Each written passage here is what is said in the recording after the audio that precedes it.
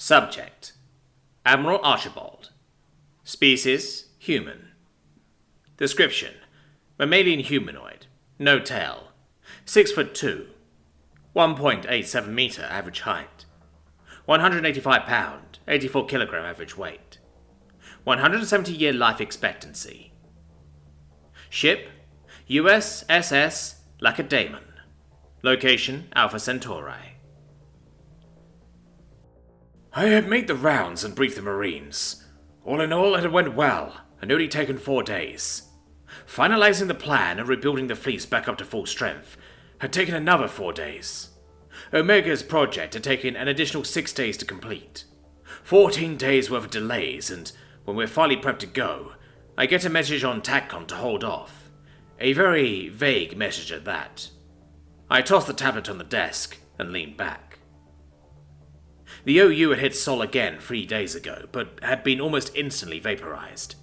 They had sent over 100,000 ships into that grinder, and had lost every single one of them. One of the destroyer captains hadn't read his brief, and had accepted a hail from the enemy, but an Omega had been able to purge the ship's systems before any damage had been done. The captain was relieved of duty, and the XO was given the command. Negligence charges pending, of course. There had also been a fight between a Gaunt and a Duliki in the mess of the USS Thanatos that same day. All commanders involved agree that it's not something to make a diplomatic incident out of, though. The 2 combatants were reprimanded, but otherwise fine. The message from TACCOM hadn't mentioned any of this. It hadn't mentioned anything except not to jump. The only thing I could think of was a change of plan. But what's to change? The plan seemed simple enough on paper, but it would be a complicated mess to actually pull off. 6 total fleets all trying to work together, each with their own admiral. Hell, wasn't the point of a fleet to have a single clear-cut chain of command?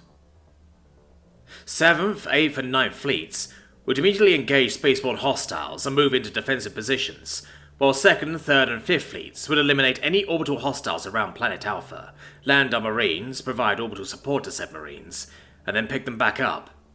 Then we switch with 7th, 8th, and 9th, and provide defense while they land their Marines on Planet Bravo. The thought behind the switch was to give our Marines the chance to rest and recover.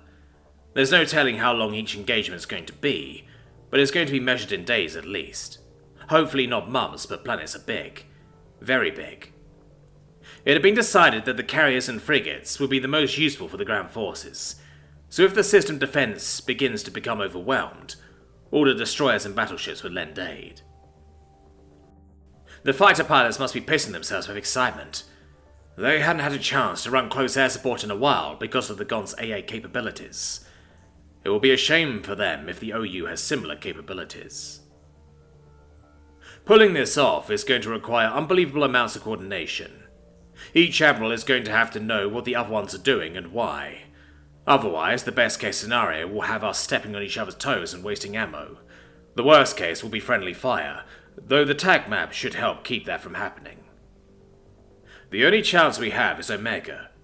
That AI is going to be helping us coordinate in ways that wouldn't be possible otherwise. It had confessed to me that it was hesitant to reveal its capabilities, but I'm glad that it did. This plan hinges on that capability. Otherwise we'd have to need-hog the system. Not that that's off the table, but I'd rather have the intel instead of a conspicuous supernova where an enemy stronghold used to be. Admiral, Omega said, interrupting my train of thought. Yes, Omega, I asked, as a hologram in the shape of a Grim Reaper appeared on my desk. We've got news. The reason for the delay is because of a discovery that was just made regarding the anti-warp technology the Omni Union has been using. Dr. Einheimer and AI Henry were able to create a software patch that will protect us from the warp jamming. We will be able to rely on standard tactics during the invasion, the AI said. Excellent. Then this will be easier than I thought. Indeed. We will also be bringing warp disruptor buoys to disrupt enemy incursion into the system. They will be forced to exit warp outside of the system and enter the system on impulse engines, which will give us another edge. They might even just jump into the system and end up with a bunch of scraps for their trouble, I said with a chuckle.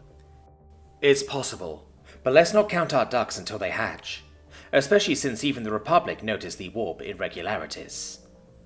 Ducks? Isn't it chickens? I asked, getting off topic. I like ducks more than chickens, the AI said with a hint of humor. Why is that? They have a more aesthetically pleasing shape.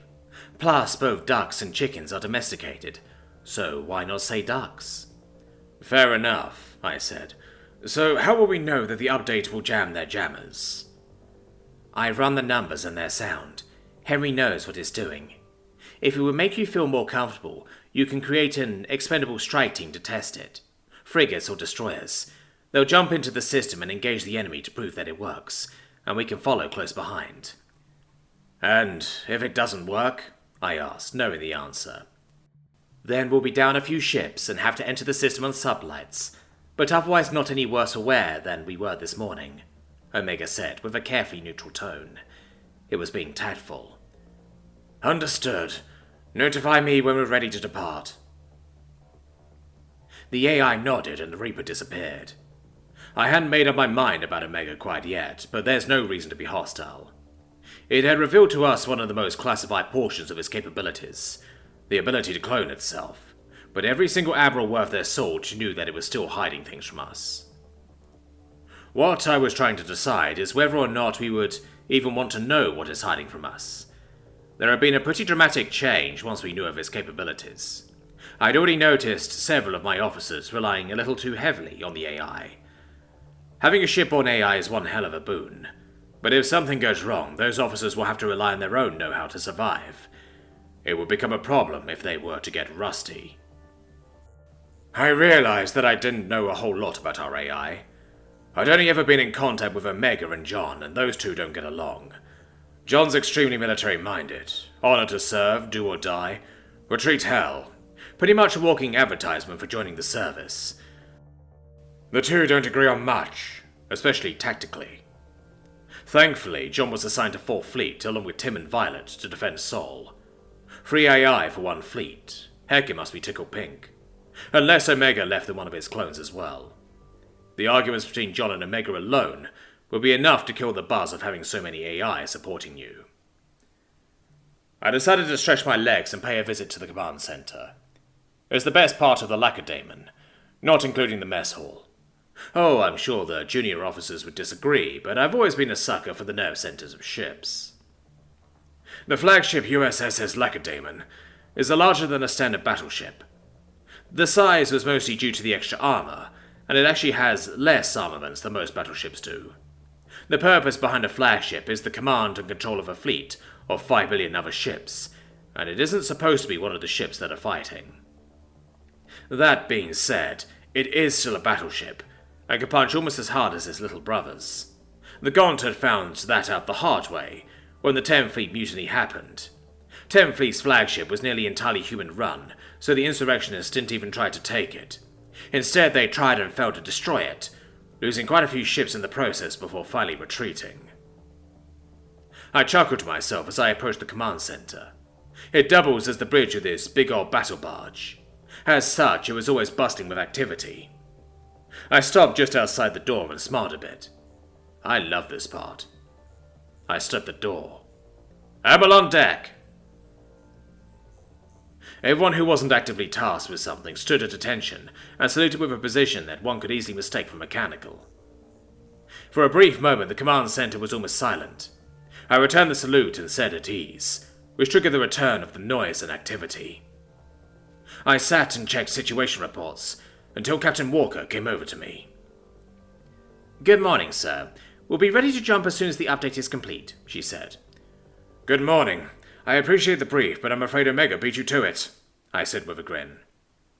Ah, the most powerful AI in the United Systems wants my job? Whatever am I to do, sir? She said with a thick layer of sarcasm. Not to worry, Captain. Omega will get bored of all this and go back to playing cloaks and daggers with the director soon enough. Ah, but then who will tell me when I use a phrase wrong? She asked. Incorrectly, Omega said, for a speaker nearby. For the sake of absolute fuck, Omega, they're the same damn thing and you know it, Walker shouted at the machine. No, they're not. Wrong is mistaken or incorrect. Incorrectly is in a mistaken or wrong way. Although you could have also said wrongly, Omega said. Alright. Back to work, you two. Don't make me figure out a way to separate you, I said with a knowing smile at Walker. Like with a Faraday cage or something. The captain sucked her teeth with a soft tusk sound and strode back to her seat. I was blessed to have a captain as talented as Walker commanding the ship. Most captains avoid flagship duty like the plague. Not only do you have your commanding officer breathing down your neck, sometimes literally, but you don't get sovereignty over the vessel. On flagships, sovereignty is the Admiral's. If a crew member violates regulations, their punishment is up to me. The ship goes where I want it to go and how I want it to get there. Aboard other vessels, those decisions are left up to the captains. The only exception is that they must obey lawful orders from FleetCom, so they have to go where I want them to go, but they get to choose how to get there.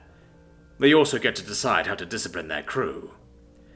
I've heard some captains refer to the post as a glorified taxi driver. I prefer to think of it as a highly paid XO with a lazy captain. I glanced at the instruments before me. Omega was right. It would be best to designate a test squad before we send all of our fleets in. The odds were low that the FTLD update wouldn't work, but if the odds somehow aren't in our favor, needless to say, it's better safe than sorry. Latest intel reports 3,500 ships. I don't want to send all that many of our own, though. We should be able to get away with sending one from each fleet, as long as they jump carefully. We'll be able to confirm their successful jump fairly quickly and follow right behind them. Still, it would be best if they were to avoid engaging the enemy. Superior attack or not, the sheer numbers difference could leave us with casualties. Having them jump into a position where they cannot be immediately targeted should do the trick. I nodded, confident that the vessels I would be sending weren't going to be destroyed by enemy fire. I typed up a message and sent it to the other admirals with my thoughts on the matter. 6 ships should be more than enough for a simple test, and the ships should be chosen at random from the destroyers. While I waited for a response, I keyed up a random number generator and assigned numbers to Second Fleet's destroyers. There are many RNGs available, but this particular one is my favorite. Most will instantly tell you a random number, but this one has an interface that's similar to a vintage slot machine. Perfect for gambling, in my opinion. I watched the numbers spin until they stopped one by one. 0005829. I cross-referenced it to my destroyer list. The USS Liberty, commanded by Captain Young. I opened a Priority 1 message to relay the orders when the other admirals began to respond. All of them agree with my assessment and are currently choosing their own ship to add to the test team. I started to type the orders as the ship names began to roll in. Recipients: Captain Young, Captain Trex, Captain Raymond, Captain Williams, Captain Iordanescu, Captain Hollivander. The USS Liberty has been selected to test the efficacy of the faster-than-light drive update that should allow us to warp within the disruption fields that the Omni-Union generate. The team will be comprised of USS Liberty, USS Idaho, USS Antioch, USS Tokyo, USS Malice, USS Rosegarth. Once we arrive at the rendezvous point, the test team will warp into the enemy system. Avoid engagement until reinforcements arrive. Once all 6 fleets are within the system, the test team will separate and rejoin their respective fleets. I finished the order and sent it, just as an alert pinged for one of my terminals. I knew what it was before I even looked. I knew that each of the other admirals got the ping as well. We have been expecting it and dreading it.